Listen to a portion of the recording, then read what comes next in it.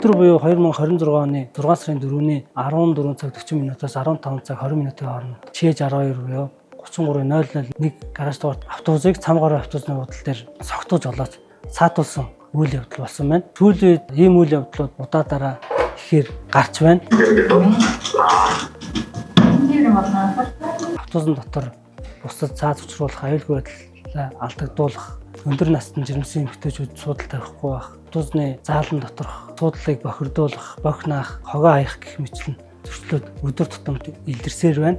Нийт тээврийн хэрэгслээр зорчих чинь автобус бүрэн зогсны дараа буус суух, зорчих хөлсөө төлөх, автобусны дотор аюулгүй байдлыг хангах, бусдад цаад учруулахгүйгээр зорчих. Жирэмсэн болон өндөр настай, хүчлийн мэргэжтэй, бага насны хүүхэдтэй хүмүүс суудал тавих үүрэгтэй байдаг. Зарим тохиолдолд хог хаяхаас гадна автобусны дотор бийцсэх асуудлууд их гарч байна сүүлийн үед. Үүнийг маань орой үйлчлэгээнээс буусныхаа дараа эмэгтэй баг цэвэрлдэг учраас зорчих та бүхнийг нийт тээврийн хэрэгслээр зорчихдоо соёлтой зөв боловсон, бусад цаад учруулахгүй үүргээ ухамсарлан зорчихыг уриалж байна.